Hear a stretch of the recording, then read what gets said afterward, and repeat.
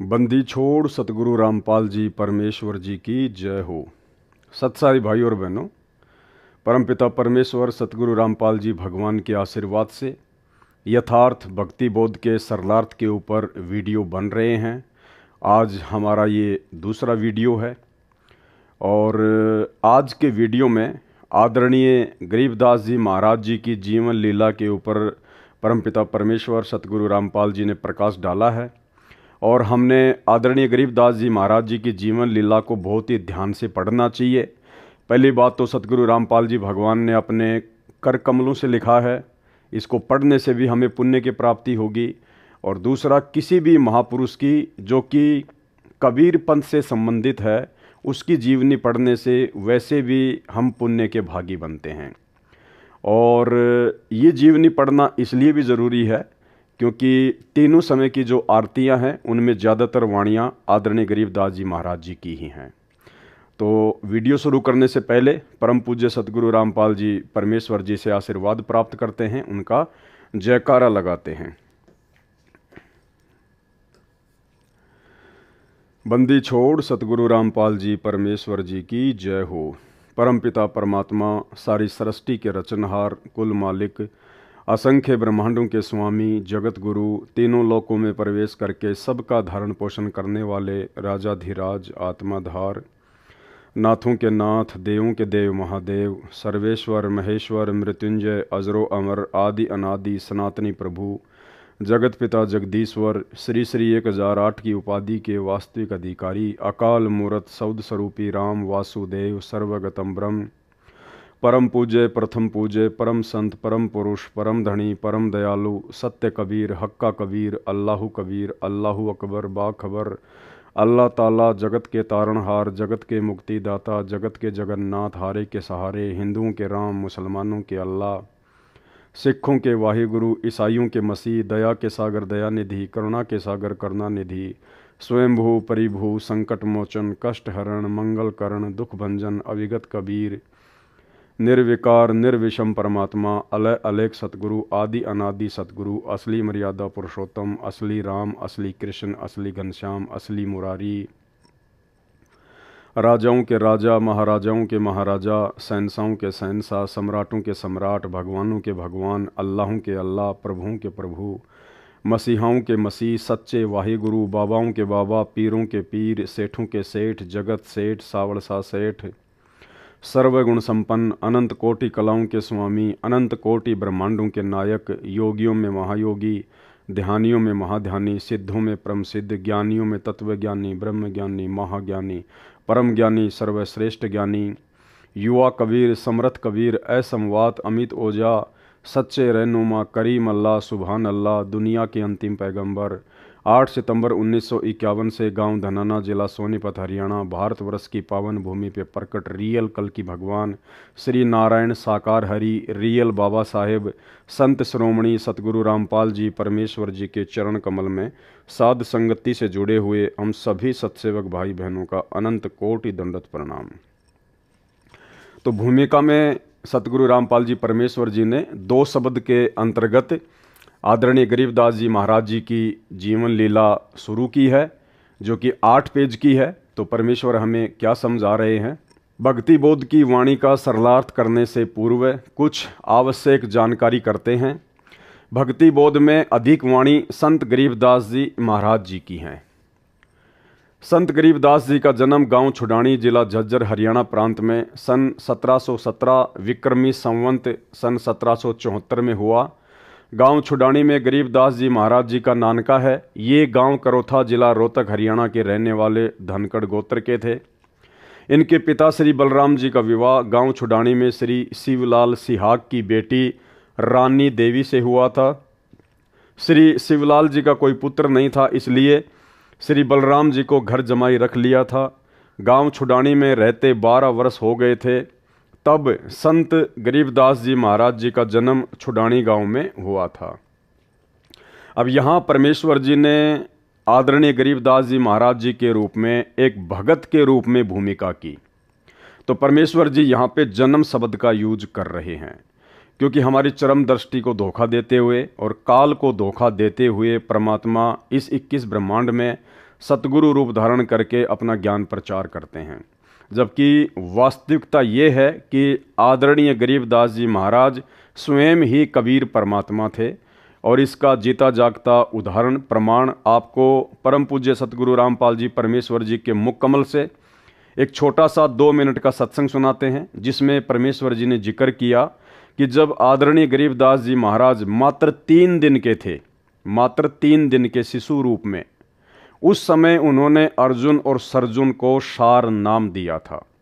तो भाई और बहनों, यदि ये एक भगत होते, आम जन होते, तो 3 दिन की उम्र में कैसे अर्जुन और सर्जुन को, जो कि उन्होंने 650 साल पहले जब ये कबीर दास नाम से काशी में प्रकट हुए थे, तो उन्होंने वचन दिया था अर्जुन और सर्जुन को कि आज से 200-250 वर्ष के बाद में मैं गांव छुड़ानी में आऊँगा, उस समय तुम्हें सारनाम देकर तुम्हारा उद्धार करूँगा।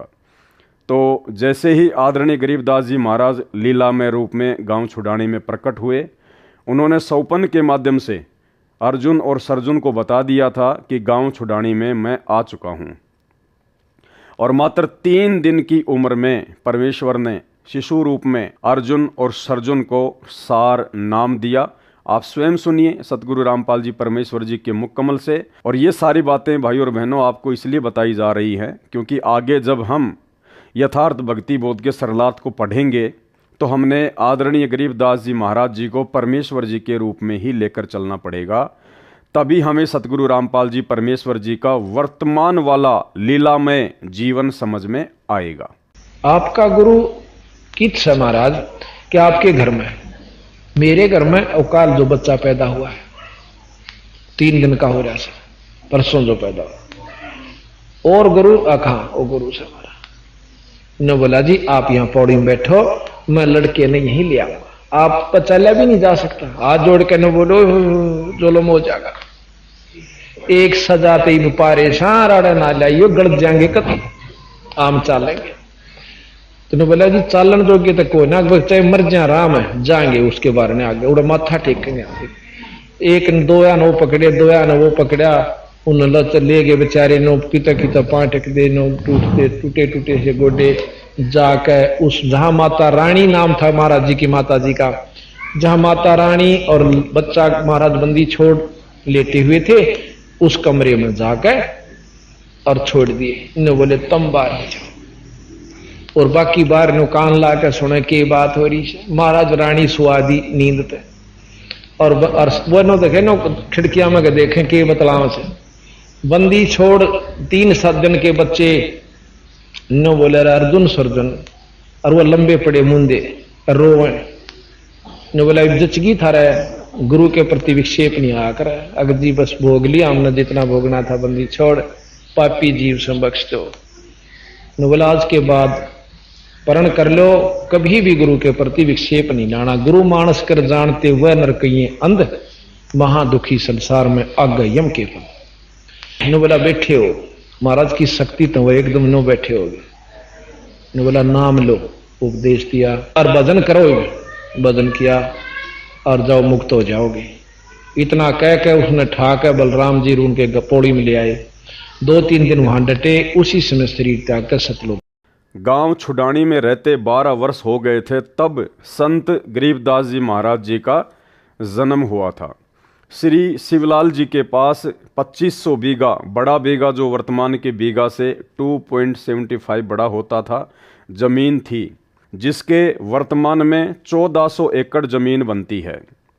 उस सारी जमीन के वारिस श्री बलराम जी हुए तथा उसके पश्चात उनके इकलौते पुत्र संत गरीबदास जी उस सारी जमीन के वारिस हुए। उस समय पशु अधिक पाले जाते थे, लगभग 150 गौवें थी, बलराम जी रखते थे। उनके चराने के लिए अपने पुत्र गरीबदास जी के साथ अन्य कई चरवा, पाली, गवाले किराए पर ले रखे थे। वे भी गौओं को खेतों में चराने के लिए ले जाया करते थे। जिस समय संत गरीबदास जी 10 वर्ष की आयु के हुए, वे गायों को चराने के लिए नला नामक खेत में गए हुए थे। फाल्गुन मास को सुदी द्वादशी के दिन लगभग 10 बजे परम अक्षर ब्रह्म एक जिंदा महात्मा के वेश में मिले, कंवारी गाय का दूध पिया। जिंदा वेशधारी परमात्मा से ग्वालों ने दूध पीने का आग्रह किया तो परमेश्वर ने कहा कि मैं कंवारी गाय का दूध पीऊँगा। गरीबदास बालक ने एक बछिया जिसकी आयु 1.5 वर्ष की थी जिंदा बाबा के पास लाकर खड़ी कर दी। परमात्मा ने बछिया की कमर पर आशीर्वाद भरा हाथ रख दिया। बछिया के स्तन लंबे लंबे हो गए।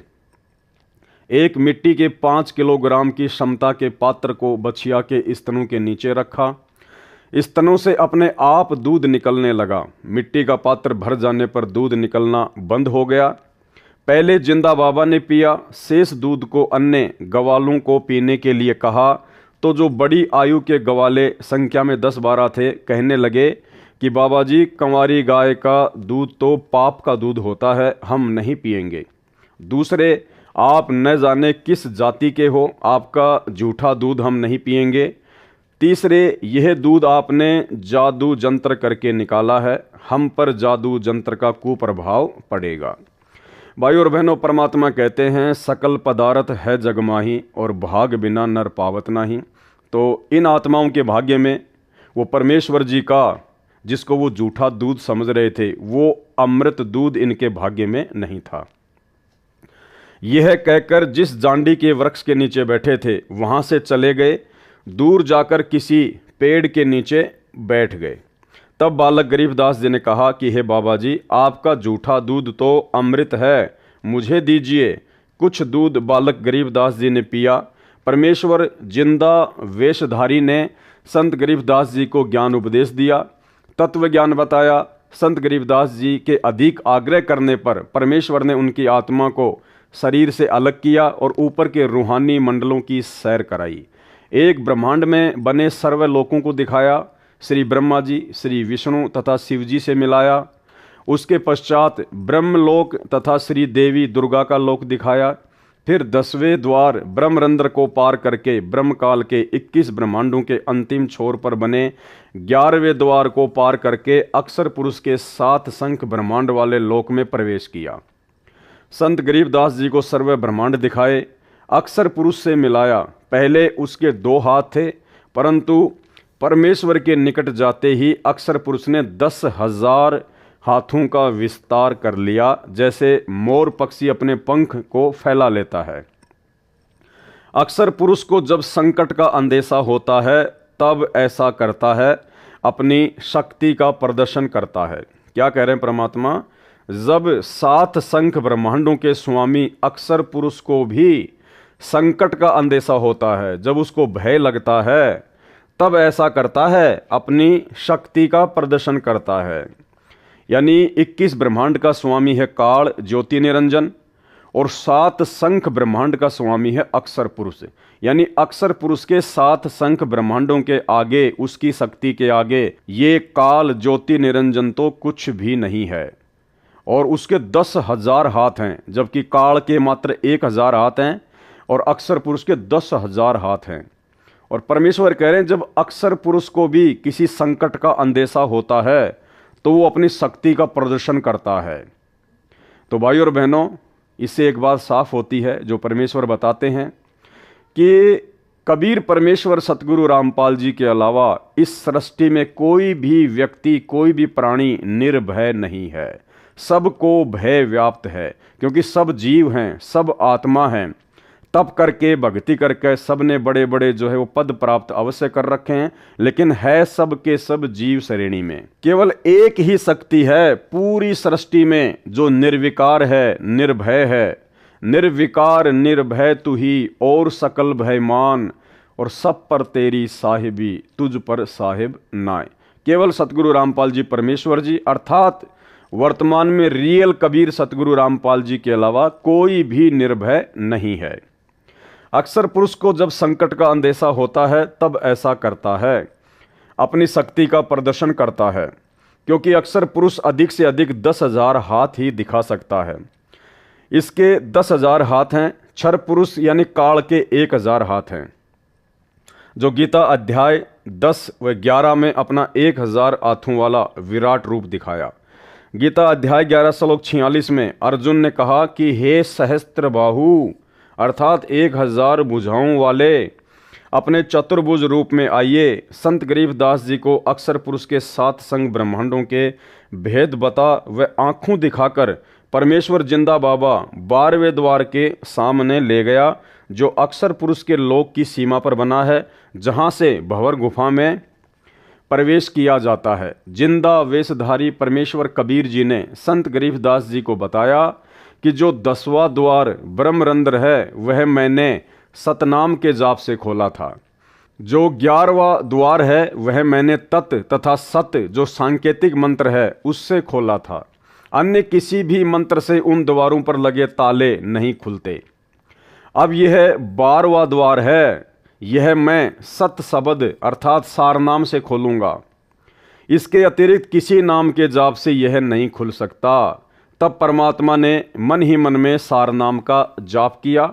ये केवल परमेश्वर जी ने मात्र आप और हमें बताने के लिए कि सतलोक में प्रवेश करने के लिए सार नाम की कमाई अति आवश्यक है, और सार नाम की कमाई से ही 12वां द्वार खुल सकता है, जहाँ से हम सतलोक में प्रवेश करते हैं। और किसी भी नकली नाम से, नकली मंत्र से 12वां द्वार, 10वां द्वार या 11वां द्वार नहीं खुलता है।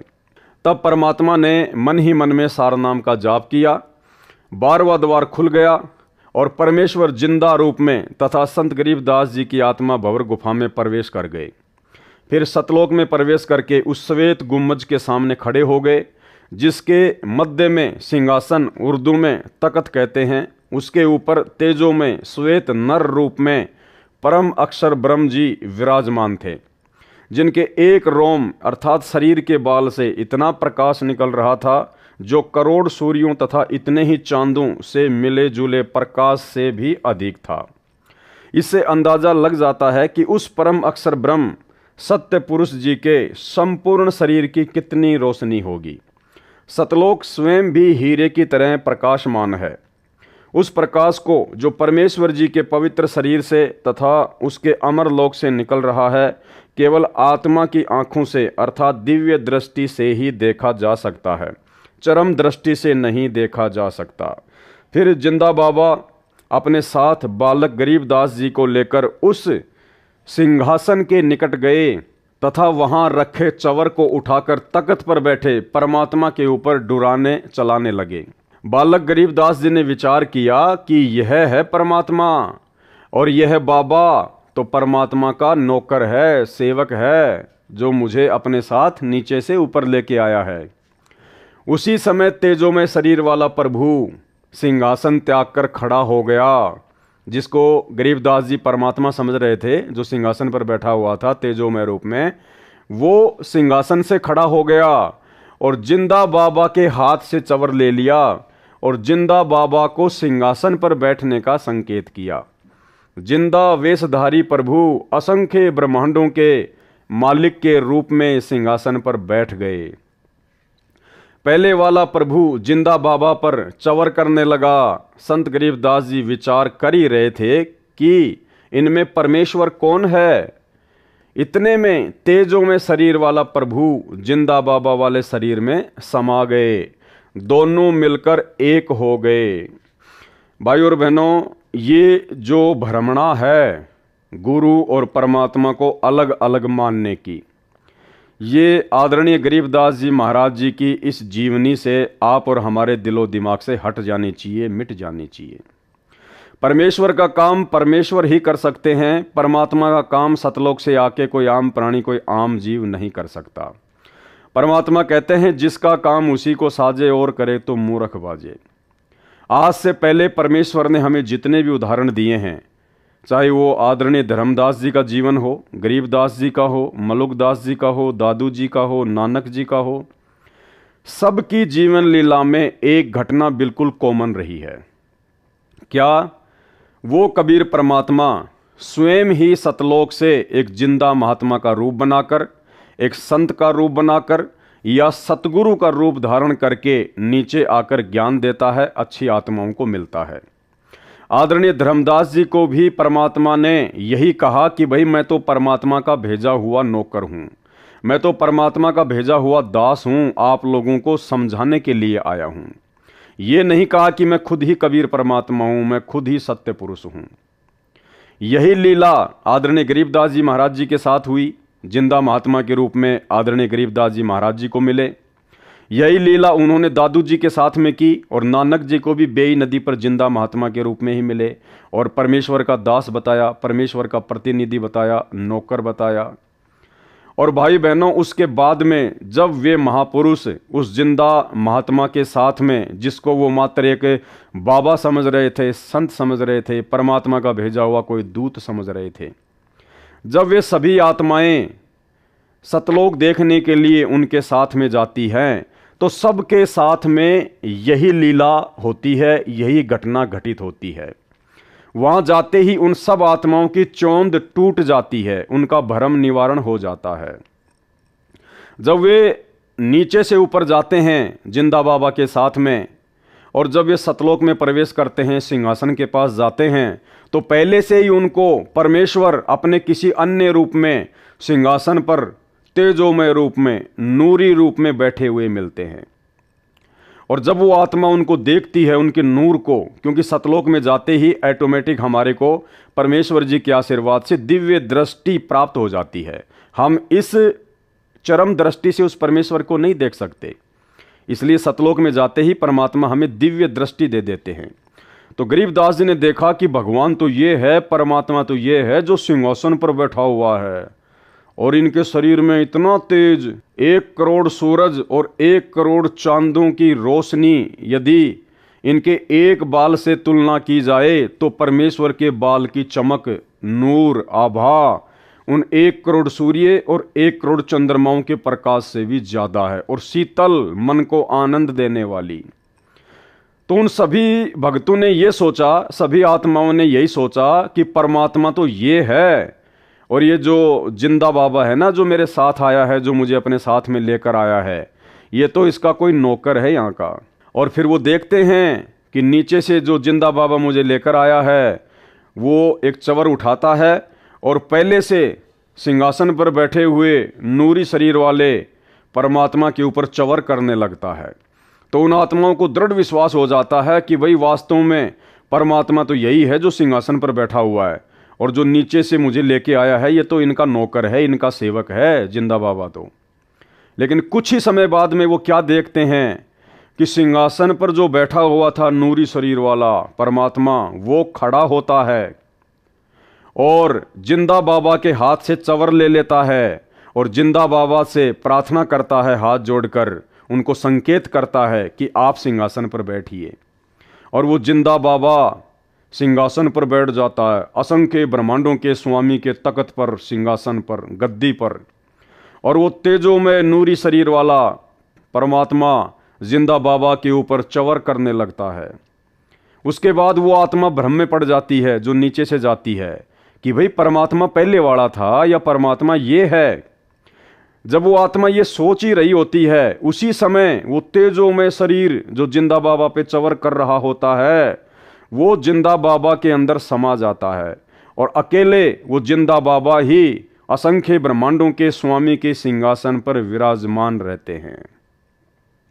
उसके बाद उस आत्मा का भ्रम निवारण हो जाता है कि नीचे जो जिंदा बाबा मुझे मिले थे, जो मुझे नीचे से ऊपर लेके आए हैं, ये तो स्वयं ही परमात्मा है, असंख्य ब्रह्मांडों के स्वामी है।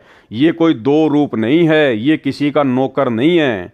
भाई बहनों, यही घटना आदरणीय धर्मदास जी के साथ में घटी, यही घटना आदरणीय गरीबदास जी के साथ में घटी, यही घटना आदरणीय दादू जी के साथ में घटी, यही घटना आदरणीय मलुकदास जी और गीसा संत जी के साथ में घटी, और यही घटना आदरणीय नानक जी के साथ में घटी। और भाई और बहनों, इस घटना के माध्यम से परमात्मा आप और हमें समझाना चाहते हैं, क्योंकि ये सारी की सारी लीला, ये गरीबदास जी को निमित्त बनाना, गरीबदास जी के माध्यम से ये सदग्रंथ साहिब लिखवाना, ये प्रमाण देना, ये सारी की सारी बातें भाई और बहनों केवल आप और हम बिचली पीढ़ी वाले मंद बुद्धि भक्तों को ये यकीन दिलाने के लिए परमात्मा ने घटित की, ताकि अब हम इन सभी प्रमाणों को देखकर, इन लीलाओं को देखकर, इन घटनाओं को देखकर हम सहज में और आसानी से बिना किसी अपने गुरुदेव भगवान को परेशानी दिए समझ जाएं कि हमारे गुरुदेव भगवान स्वयं कबीर परमात्मा हैं। ये स्वयं असंख्य ब्रह्मांडों के स्वामी हैं, कबीर देव हैं, जो अनेक रूप धारण करके अनेक ब्रह्मांडों में अपनी लीला करते रहते हैं, जो तीनों लोकों में प्रवेश करके सबका धारण पोषण करते रहते हैं। यही परमात्मा यहाँ पर आज हमारे सतगुरुदेव जी के रूप में आए हुए हैं और यही परमात्मा अपने एक तेजोमय रूप में, नूरी रूप में, सतलोक में बैठकर असंख्य ब्रह्मांडों का संचालन कर रहे हैं। हमारी ये चौंध तोड़ने के लिए परमात्मा इस प्रकार की लीलाएं करते हैं, ताकि हमें, जब हम इस बिचली पीढ़ी में मोक्ष के प्राइम टाइम में पहुंच जाएं, तो उस समय हम आसानी से अपने गुरुदेव भगवान को, जो कि संत रूप में आए हुए हैं, सतगुरु रूप में आए हुए हैं, साहिब से सतगुरु भय, सतगुरु से भय संत, और धर धर वेख विशाल अंग, ये खेल आदि और अंत। हम केवल इन्हीं को अपना परमात्मा मान लें और अन्य में परमात्मा देखना बंद कर दें। इस कागज़ की फ़ोटो को, जो कि कबीर जी की मानी जाती है, इस काल्पनिक कागज़ की फ़ोटो को हम परमात्मा मानकर पूजना बंद कर दें और पूरा प्रेम, पूरी लगन, पूरा समर्पण, पूरा भाव, पूरी श्रद्धा केवल अपने गुरुदेव भगवान के प्रति ही समर्पित कर दें और इसी जन्म में अपना आत्म कल्याण करवा लें। केवल इसलिए परमेश्वर ने ये इतने सारे हमारे को उदाहरण दिए हैं। जिंदा बाबा के शरीर का तेज उतना ही हो गया जितना तेजों में पूर्व में सिंहासन पर बैठे सत्य पुरुष जी का था। कुछ ही क्षणों में परमेश्वर बोले, हे गरीबदास, मैं असंख्य ब्रह्मांडों का स्वामी हूँ। मैंने ही सर्व ब्रह्मांडों की रचना की है। सर्व आत्माओं को वचन से मैंने ही रचा है। 5 तत्व तथा सर्व पदार्थ भी मैंने ही रचे हैं। क्षर पुरुष अर्थात ब्रह्म तथा अक्षर पुरुष व उनके लोकों को मैंने ही उत्पन्न किया है। इनको इनके तप के बदले में सर्व ब्रह्मांडों का राज्य मैंने ही प्रदान किया है। मैं 120 वर्ष तक पृथ्वी पर कबीर नाम से जुलाहे की भूमिका करके आया हूँ। भारत देश के काशी नगर बनारस में नीरू नीमा नाम के पति पत्नी थे। वे मुसलमान जुलाहा थे। वे निसंतान थे। ज्येष्ठ सुधी पूर्णमासी की सुबह ब्रह्म मुहूर्त में लहर तारा नामक सरोवर में काशी के बाहर जंगल में मैं नवजात शिशु का रूप धारण करके कमल के फूल पर लेटा था। मैं अपने इसी स्थान से गति करके गया था। नीरू जुलाहा तथा उसकी पत्नी प्रतिदिन उसी तालाब पर स्नानार्थ जाया करते थे, नहाने के लिए जाया करते थे। उस दिन मुझे बालक रूप में प्राप्त करके अत्यंत खुश हुए मुझे अपने घर ले गए। मैंने 25 दिन तक कुछ भी आहार नहीं किया था। तब शिवजी एक साधु के वेश में उनके घर गए। वह सब मेरी प्रेरणा से ही थी। शिव से मैंने कहा था कि मैं कंवारी गाय का दूध पीता हूँ। तब नीरू एक बछिया लाया। शिव को मैंने शक्ति प्रदान की। उन्होंने बछिया की कमर पर अपना आशीर्वाद भरा हाथ रखा। कंवारी गाय ने दूध दिया। तब मैंने दूध पिया था। मैं प्रत्येक युग में ऐसी ही लीला करता हूँ। मैं प्रत्येक युग में ऐसी ही लीला करता हूँ। अब भाइयों और बहनों, मन में कोई शंका नहीं होनी चाहिए। ये बात सुनकर जो यहाँ लिखी हुई है, परमेश्वर कह रहे हैं कि मैं प्रत्येक युग में ऐसी ही लीला करता हूँ। जब मैं शिशु रूप में प्रकट होता हूँ तो मैं कंवारी बछिया का ही दूध पीता हूँ। एक निसंतान दंपत्ति मुझे घर लेकर आ जाती है, मेरा पालन पोषण करती है। तो आपके मन में ये शंका नहीं होनी चाहिए कि भाई पवनदास तो सतगुरु रामपाल जी परमेश्वर जी को परमात्मा बताता है, अल्लाह बताता है, स्वयं कबीर बताता है। तो सतगुरु रामपाल जी की परवरिश तो कंवारी बच्चियों से नहीं हुई।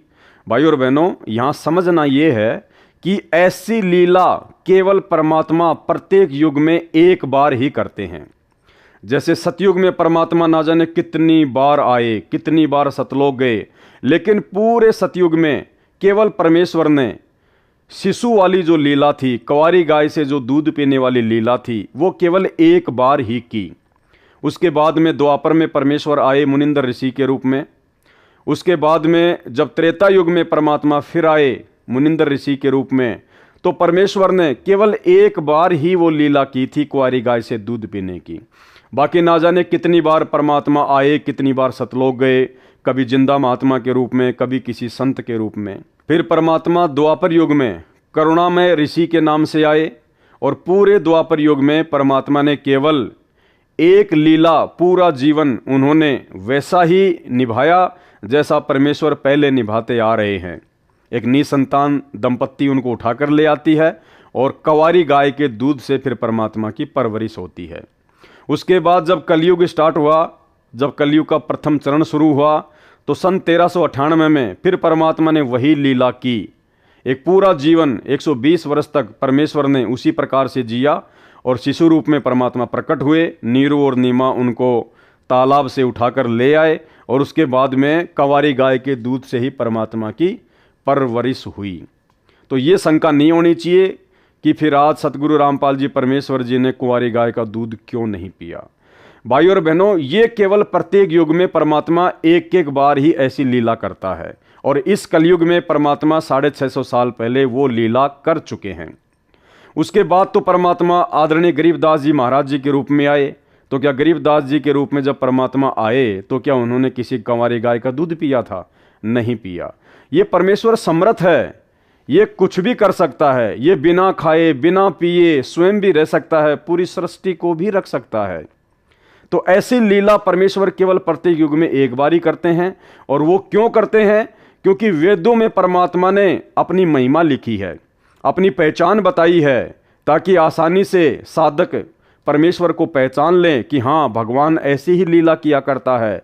जब भगवान धरती पर शिशु रूप में प्रकट होता है तो परमात्मा कुंवारी गाय से ही अपनी परवरिश करवाता है, उसी का दूध पीता है।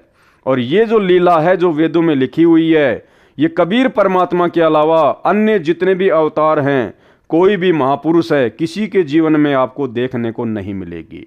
इसलिए ऐसी लीला केवल परमात्मा प्रत्येक युग में इसलिए करता है क्योंकि वेदों में उस परमेश्वर की ऐसी लीला को पढ़कर और यथार्थ में उनके जीवन से ऐसा देखकर, ऐसे उदाहरण प्राप्त करके हम आसानी से पहचान कर लें कि हाँ, कबीर जी ही सच्चे परमात्मा हैं, सच्चे परमेश्वर हैं। इसके अलावा परमात्मा ना जाने कब कितने रूप में आ जाते हैं, कैसी कैसी लीला करते हैं। जब चाहे जहां वो प्रकट हो जाते हैं, उनकी गति को कोई नहीं जान सकता। इसलिए वर्तमान में कोई भी भाई बहन अपने परम पूज्य परमेश्वर सतगुरु रामपाल जी के प्रति मन में शंका ना करे कि भाई सतगुरु रामपाल जी परमेश्वर जी ने कब कुंवारी गाय का दूध पिया था। ये परमेश्वर हैं। जिस प्रकार जैसी लीला आदरणीय गरीबदास जी महाराज जी ने की, सेम टू सेम लीला सतगुरु रामपाल जी परमेश्वर जी ने की है। आगे आपको गरीबदास जी महाराज जी की जीवनी से और अच्छे से समझाया जाएगा। इसलिए दास बार बार कह रहा है कि आदरणीय गरीबदास जी महाराज जी के जीवन को समझना हम भक्तों के लिए बहुत ज़्यादा आवश्यक है, क्योंकि गरीबदास जी महाराज जी की जीवन लीला को समझे बिना हम सतगुरु रामपाल जी परमेश्वर जी की जीवन लीला को नहीं समझ पाएंगे। जब मैं शिशु रूप में प्रकट होता हूं तब कंवारी गायों से मेरी परवरिश की लीला हुआ करती है। हे गरीबदास, चारों वेद मेरी महिमा का गुणगान करते हैं। वेद मेरा भेद है, मैं ना वेदन के माही, जौन वेद से मैं मिलूं वह वेद जानते नहीं। ऋग्वेद मंडल 9 सूक्त 1 मंत्र 9 में लिखा है कि जब परमेश्वर शिशु रूप में पृथ्वी पर प्रकट होते हैं तो उनकी परवरिश की लीला कंवारी गायों द्वारा होती है। मैं सतयुग में सत सुकृत नाम से प्रकट हुआ था, त्रेता युग में मुनिंदर नाम से तथा द्वापर में करुणामय नाम से, और संवत 1455 ज्येष्ठ सुधी पूर्णमासी को मैं कलयुग में कबीर नाम से प्रकट हुआ, वह प्रसिद्ध हुआ था। यह सब प्रसंग सुनकर संत गरीबदास जी ने कहा कि परवरदिगार, यह ज्ञान मुझे कैसे याद रहेगा। तब परमेश्वर जी ने बालक गरीबदास जी को आशीर्वाद दिया और कहा कि मैंने तेरा ज्ञान योग खोल दिया है, अध्यात्म ज्ञान तेरे अंतःकरण में डाल दिया है। अब आप असंख्य युगों के पहले से लेकर वर्तमान तथा भविष्य का ज्ञान भी याद रखोगे। दूसरी ओर नीचे पृथ्वी पर शाम के 3 बजे के आसपास अन्य ग्वालों को याद आया कि गरीबदास नहीं है, लाओ उठाकर। तब एक पाली गया, उसने दूर से आवाज लगाई कि हे गरीबदास आजा, गायों के सामने खड़ा होकर अपनी बारी कर। हम बहुत देर से खड़े हैं। भगत गरीबदास जी नहीं बोले और न उठे, क्योंकि पृथ्वी पर तो केवल शरीर था, जीव आत्मा तो ऊपर के मंडलों की सैर कर रही थी। उस पाली ने निकट जाकर हाथ से शरीर को हिलाया तो शरीर जमीन पर गिर गया। पहले सुखासन पर स्थित था, यानी पहले वो शरीर जमीन पर बैठा हुआ था। ग्वाले ने देखा तो बालक गरीबदास को मृत पाया, मरा हुआ पाया। उसने शोर मचाया, अन्य ग्वाले दौड़े आए। उनमें से एक गांव छुडानी की ओर दौड़ा। छुडानी गांव से गांव कबलाना के रास्ते पर वह जांडी का पेड़ था, जिसके नीचे परमेश्वर जी जिंदा रूप में गरीबदास जी तथा अन्य पालियों के साथ बैठे थे। गांव कबलाना की सीमा के साथ वह खेत सटा हुआ था जो छुडानी गांव का है, जो गरीबदास जी का अपना ही खेत था। वह स्थान गांव छुडानी से 1.5 किलोमीटर दूर है। गांव छुडानी में जाकर उस पाली ने गरीबदास जी के पिता, माता, नाना, नानी को सब हाल बताया कि एक बाबा ने कवारी गाय का दूध जादू मंत्र करके निकाला। वह दूध हमने तो पिया नहीं, बालक गरीबदास ने पी लिया। हमने अभी देखा तो वह मर चुका है। बच्चे के शव को चिता पर रखकर अंतिम संस्कार की तैयारी कर दी। उसी समय परमेश्वर कबीर जी ने कहा, हे गरीबदास, आप नीचे जाओ, आपके शरीर को नष्ट करने जा रहे हैं। संत गरीबदास जी ने नीचे देखा तो यह पृथ्वी लोक सतलोक की तुलना में नरक लोक के समान दिखाई दे रहा था। जब संत गरीबदास जी ने सतलोक से नीचे देखा अपनी दिव्य दृष्टि से, क्योंकि परमेश्वर ने उनको आशीर्वाद दे दिया था, तो सतलोक की तुलना में परमात्मा कह रहे हैं कि ये पृथ्वी लोक, ये 21 ब्रह्मांड ऐसा है जैसे कूड़ा करकट, कूड़े का ढेर, गंदगी, नरक। भाइयों और बहनों, जिस प्रकार एक सूअर होता है और सूअर सारा दिन गंदगी में नाक रगड़ता रहता है, टट्टी पेशाब में नाक रगड़ता रहता है, गटर में लौटता रहता है, यानी सबसे ज्यादा जो घृणित वस्तुएं होती हैं उनका सेवन सूअर करता है। अब यदि उस सूअर की आत्मा को एक दिन के लिए और किसी राष्ट्रपति या प्रधानमंत्री की आत्मा में डाल दिया जाए और 24 घंटे फिर वो सूअर की आत्मा राष्ट्रपति और प्रधानमंत्री के रूप में 7 स्टार होटल में सोएगा, खाएगा, एरोप्लेन में घूमेगा, 56 प्रकार के पकवान उसके सामने खड़े रहेंगे, लोग उसके सामने हाथ जोड़कर खड़े रहेंगे, जी हुजूर, जी हुजूर। तो भाइयों और बहनों, 24 घंटे समाप्त होने के बाद अब उस सूअर की आत्मा को कहा जाए कि भाई अब आपका समय समाप्त हो गया, आप वापस सूअर के शरीर में जाइए। तो क्या वो आत्मा जो प्रधानमंत्री के शरीर में विराजमान है, जो सर्व सुख भोग रही है, सर्व आनंद भोग रही है, क्या उस आत्मा की आसानी से इच्छा बनेगी वापस सूअर के शरीर में जाने की? क्योंकि जब वो प्रधानमंत्री के शरीर से और सूअर वाली स्थिति को देखेगा, उस जगह को देखेगा, गटर को देखेगा, टट्टी पेशाब को देखेगा, गंदगी को देखेगा, तो उसकी इच्छा नहीं बनेगी कि मैं इस शरीर से निकलकर सूअर के शरीर में चला जाऊं। तो भाइयों और बहनों, ठीक इसी प्रकार सतलोक की तुलना में ये पृथ्वी लोक परमेश्वर ने ऐसा बताया जैसे नरक, नरक यानी सबसे गंदा स्थान। संत गरीबदास जी ने नीचे को देखा तो यह पृथ्वी लोक सत्य लोक की तुलना में नरक लोक के समान दिखाई दे रहा था। संत गरीबदास जी ने कहा, हे प्रभु, मुझे नीचे मत भेजो, यहीं पर रख लो। तब सत्य पुरुष कबीर जी ने कहा कि आप पहले भक्ति करोगे, जो साधना मैं तुम्हें बताऊंगा, उस भक्ति की कमाई शक्ति से फिर यहाँ स्थायी स्थान प्राप्त करोगे। सामने देख, वह तेरा महल है जो खाली पड़ा है। अर्थात भाइयों और बहनों, आदरणीय गरीबदास जी महाराज जी को निमित्त बनाकर परमेश्वर कबीर जी अर्थात सतगुरु रामपाल जी परमेश्वर आप और हम आत्माओं को चेताना चाहते हैं, जागृत करना चाहते हैं। हम सोई हुई आत्माओं को जगाना चाहते हैं कि तुम कहाँ नरक में पड़े हो, इस झोपड़ी में पड़े हो। गरीबदास जी को निमित्त बनाकर परमेश्वर हमें क्या कह रहे हैं कि सामने देख, तेरा महल घर नहीं, महल। महल यानी जिसमें सारे ऐसो आराम के साधन हो, जिसमें किसी चीज की कोई कमी ना हो, उसको कहते हैं महल। सामने देख, वह तेरा महल है जो खाली पड़ा है। और सतलोक में हमारे जो महल हैं भाई और बहनों, वो कोई मिट्टी, ईंट और पत्थर के बने नहीं हैं। हीरे, मोती, लाल, पन्ने, बहुमूल्य जवाहरात, उनसे बने हुए हैं। और परमेश्वर ने एक सत्संग में बताया कि सतलोक में जो आपके महल हैं, जो खाली पड़े हैं वर्तमान में, उनका व्यास, उनका क्षेत्रफल, उनकी लंबाई चौड़ाई कितनी है? जितनी ये पृथ्वी है। ये पृथ्वी देख लो कितनी बड़ी है, जिसके ऊपर 7 समुंदर, लगभग 300 के आसपास बड़े बड़े देश हैं। जितनी बड़ी ये पूरी पृथ्वी है, इससे भी बड़े बड़े सतलोक में आप और हमारे महल हैं। क्योंकि वहां पर हमारा जो शरीर होता है वो 16 सूर्य जितना तेजोमय होता है, तो लंबाई चौड़ाई भी उसी आकार में होगी हमारी। इसलिए परमात्मा कह रहे हैं कि सतलोक में आपके मकान खाली पड़े हुए हैं।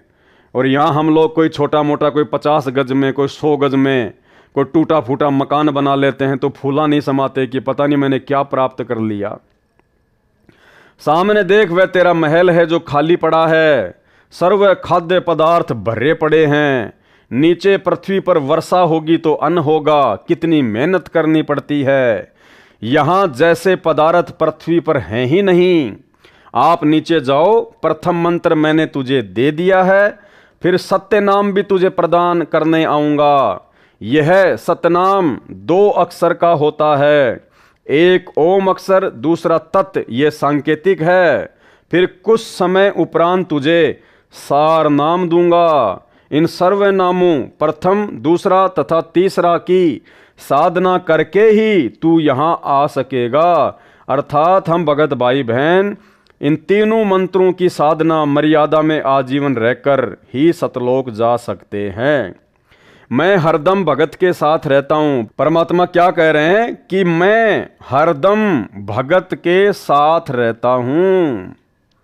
यानी भाई और बहनों, यदि हम मर्यादा में हैं और अपने गुरु को परमात्मा मान चुके हैं, परमेश्वर मान चुके हैं, और गुरु को परमात्मा मानने का सबसे पहला जो मापदंड है वो यही है कि अपने गुरु जी के अलावा आपने किसी और में परमात्मा को देखना बंद करना होगा।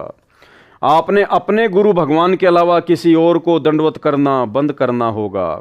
अपने गुरुदेव भगवान के प्रकट दिवस के अलावा आपने किसी और का कबीर प्रकट दिवस मनाना बंद करना होगा। ये पहला मापदंड है अपने गुरु को परमात्मा मानने का। और जब हम अपने गुरु को परमात्मा मान लेंगे, उसके बाद क्या कह रहे हैं परमात्मा? मैं हरदम भगत के साथ रहता हूं, तू चिंता मत करना, अब आप शीघ्र जाइए। इतना कहकर परम अक्षर पुरुष जी ने संत गरीबदास जी के जीव को शरीर में प्रवेश कर दिया। कुल परिवार के लोग चिता में अग्नि लगाने ही वाले थे। उसी समय बच्चे के शरीर में हलचल हुई। शव को रस्से से बांधकर ले जाते हैं, वह रस्सा भी अपने आप टूट गया। संत गरीबदास जी उठकर बैठ गए, चिता से नीचे उतरकर खड़े हो गए। उपस्थित गांव के व परिवार के व्यक्तियों की खुशी का ठिकाना नहीं रहा।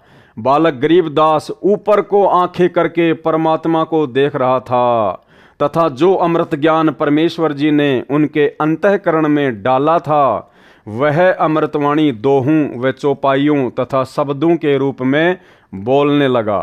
गांव वालों को उस अमृतवाणी का ज्ञान नहीं था, इसलिए उन्होंने सोचा कि बच्चे को बाबा ने फटकार मार दी, जिस कारण से बड़बड़ा रहा है, कुछ का कुछ बोल रहा है। परंतु परमात्मा का सौ शुक्र मना रहे थे कि लड़की का लड़का जीवित हो गया। पागल है तो भी लड़की रानी देवी अपना दिल रोक कर खुश रहेगी। यह समझकर महापुरुष गरीबदास जी को पागल गांव की भाषा में बावलिया कहने लगे। भाई, अगर गरीबदास जी अगर एक भगत होते तो भगत के लिए कभी भी महापुरुष शब्द का प्रयोग नहीं किया जाता है। महापुरुष तो केवल पूरी सृष्टि में एक ही है, कबीर परमात्मा सतगुरु रामपाल जी। 3 वर्ष के पश्चात एक गोपाल दास संत दादू दास जी के पंथ से दीक्षित था। वह संतों की वाणी को समझता था, उसके महत्व को जानता था। वह वैश्य जाति से था, यानी वो बनिया था। संत वेशभूषा में रहता था। बनिए के घर जन्म होने के कारण कुछ पढ़ा लिखा भी था। घर त्याग कर संन्यास ले रखा था। अधिकतर भ्रमण करता रहता था, गांव-गांव में जाकर प्रचार करता था। कुछ शिष्य भी बना रखे थे। उसका एक बैरागी गांव छुड़ानी का भी शिष्य था, वह उसके घर रुका हुआ था। उस शिष्य ने संत गोपाल दास जी से कहा कि हे गुरुदेव, हमारे गांव के चौधरी का दोहता यानी लड़की का लड़का किसी साधु की फटकार से पागल हो गया है। वह तो मर गया था, चिता पर रख दिया था। लड़की रानी की किस्मत से बच्चा जीवित हो गया, परंतु पागल हो गया। सब जगह झाड़ फूक करने वालों से भी इलाज करा लिया। अन्य दवाई पागलपन दूर करने की भी बहुत खिला ली, लेकिन कोई राहत नहीं मिली। उस शिष्य ने वह सर्व घटना भी बताई जो कवारी गाय का दूध निकलवाकर बच्चे गरीब दास जी को पिलाने की घटित हुई थी। फिर उसने कहा कि कहते हैं संत की विद्या को संत ही काट सकता है, कुछ कृपा करो गुरुदेव। संत गोपाल दास जी ने कहा कि बुलाओ उस लड़के को। शिष्य ने चौधरी शिवलाल जी से कहा कि मेरे घर पर एक बाबा जी आया है, मैंने उसको आपके दोते गरीबदास जी के बारे में बताया है। बाबा जी ने कहा है कि एक बार बुलाओ, ठीक हो जाएगा, एक बार दिखा लो। अब तो गांव में ही बाबा जी आया है, बहुत पहुंचा हुआ संत है, जगत का पेखना पेख्या, धनी का नाम ना लेखा। जो पहुंचे हुए संत थे, जो महापुरुष थे आदरणीय गरीबदास जी महाराज जी, उनको तो कहने लगे बावलिया। और दादू पंथ से दीक्षित एक बनिया, एक भगत संत गोपाल दास जी को पहुंचा हुआ महात्मा कह रहे हैं। शिवलाल जी के साथ गांव के अन्य कई व्यक्ति भी बाबा के पास गए, साथ में बच्चे गरीबदास जी को भी ले गए। संत गोपाल दास जी ने बालक गरीबदास जी से प्रश्न किया कि बेटा, वह कौन बाबा था जिसने तेरा जीवन बर्बाद कर दिया। प्रिय पाठकों से यहाँ पर यह बताना अनिवार्य है कि संत गोपाल दास जी संत दादू दास जी के पंथ से दीक्षित थे। संत दादू जी को भी संत गरीबदास जी की तरह 7 वर्ष की आयु में बाबा जिंदा के वेश में परमेश्वर कबीर जी मिले थे। दादू जी संत को भी परमेश्वर शरीर से निकालकर सत्यलोक लेकर गए थे। संत दादू जी 3 दिन रात अचेत अवस्था में रहे थे।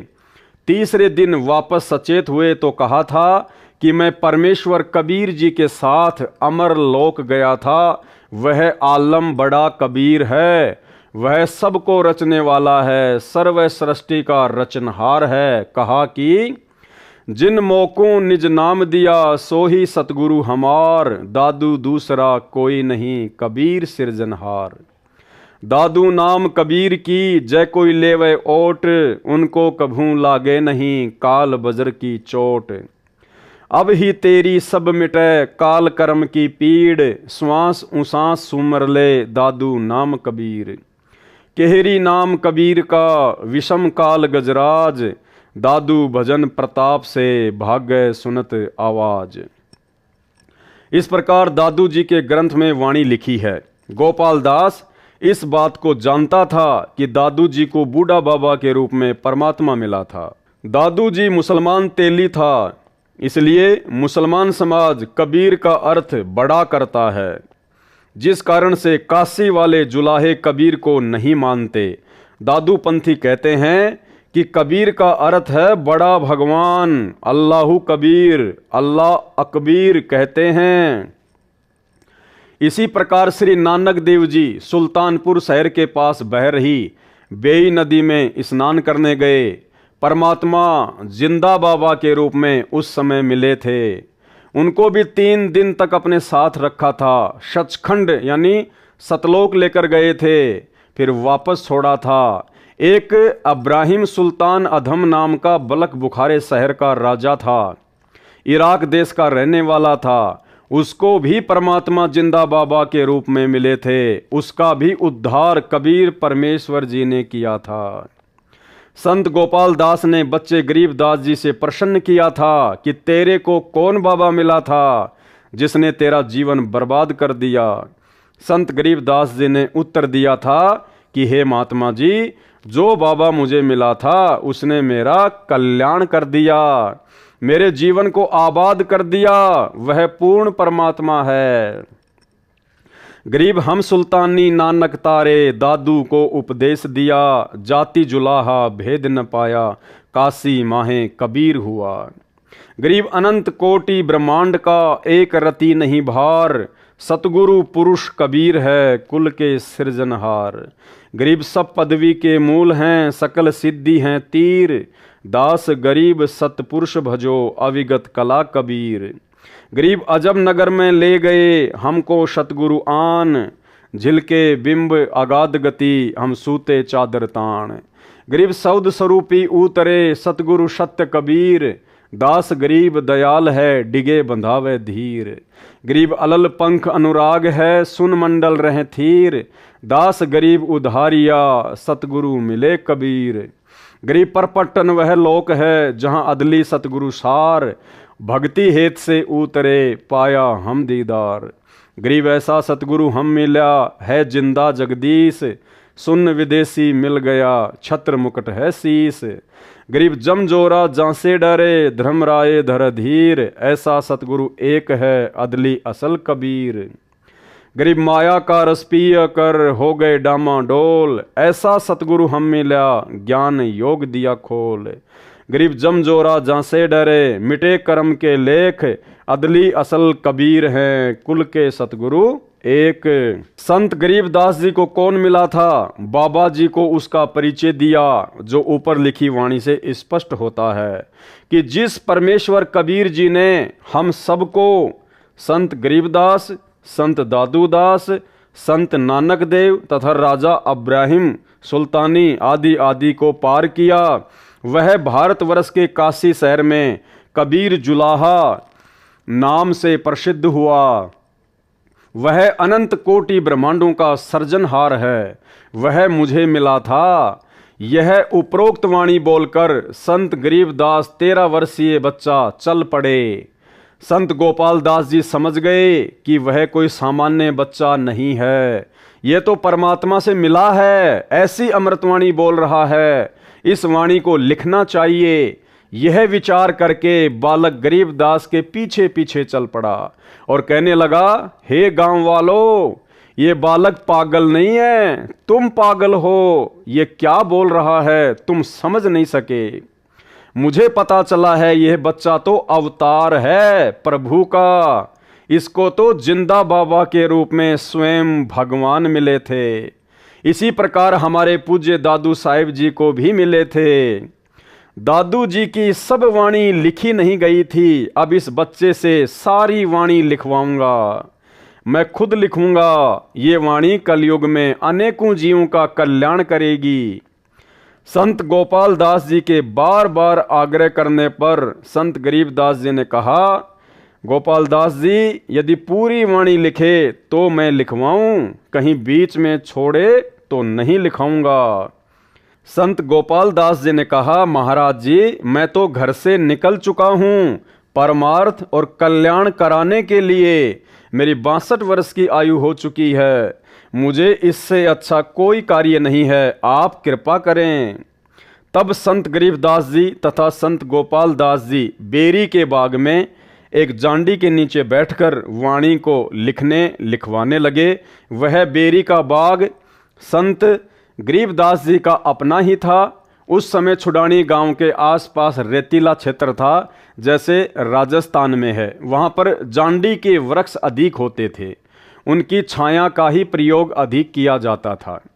इस प्रकार संत गरीबदास जी ने परमात्मा से प्राप्त तत्व ज्ञान आंखों देखा हाल वाणी रूप में बोला तथा संत गोपाल दास जी ने लिखा। लगभग 6 महीनों तक यह कार्य किया, यानी आदरणीय सदग्रंथ साहिब को लिखने में लगभग 6 महीने का समय लगा संत गोपाल दास जी को। फिर जब जब किसी से वार्ता होती तो संत गरीबदास जी वाणी बोला करते थे, तो अन्य व्यक्ति भी लिख लिया करते थे, जिसको एक ग्रंथ रूप में हाथ से लिखा गया था। संत गरीबदास जी के समय से ही उस ग्रंथ का पाठ करना प्रारंभ हो गया था। उसको कुछ वर्षों पूर्व टाइप कराया गया था। उसी अमृतवाणी सागर अमृत से कुछ वाणी निकालकर भक्ति बोध पुस्तक में लिखी हैं। यानी जिस भक्ति बोध का अब परमेश्वर आगे खुलासा करेंगे, उसी अमृतवाणी सागर अमृत से कुछ वाणी निकालकर भक्ति बोध पुस्तक में लिखी हैं। इसके अतिरिक्त परमेश्वर कबीर जी ने जो सूक्ष्म वेद अपने मुख कमल से बोला था, कबीर सागर, उस अमृत सागर कबीर सागर से निकालकर इसी भक्ति बोध पुस्तक में लिखी हैं। उस अमृतवाणी का अब सरलार्थ प्रारंभ किया जाता है। यानी भाइयों और बहनों, अभी तक आपने ये जो 2 वीडियो देखे हैं, इन 2 वीडियो में परमेश्वर जी ने भक्ति बोध पुस्तक का सरलार्थ करने से पहले केवल एक भूमिका बनाई है। यानी जिन जिन महापुरुषों का और जिन जिन महापुरुषों की वाणियों का भक्ति बोध में विशेष महत्व है, विशेष रोल है, हमें पहले उनके बारे में जानना अति आवश्यक था, ताकि हम भक्ति बोध के सरलार्थ को आसानी से समझ सकें, पढ़ सकें। तो अभी तक तो परमेश्वर ने केवल एक भूमिका सी तैयार की है, जिसके ये 2 वीडियो बने हैं। तो कल रात्रि 9 बजे सभी भाई बहन लाइव जुड़िए। तब तक के लिए हम सभी भाई बहन परमपिता परमेश्वर सतगुरु रामपाल जी भगवान से इजाज़त लेते हैं। बंदी छोड़ सतगुरु रामपाल जी परमेश्वर जी की जय हो।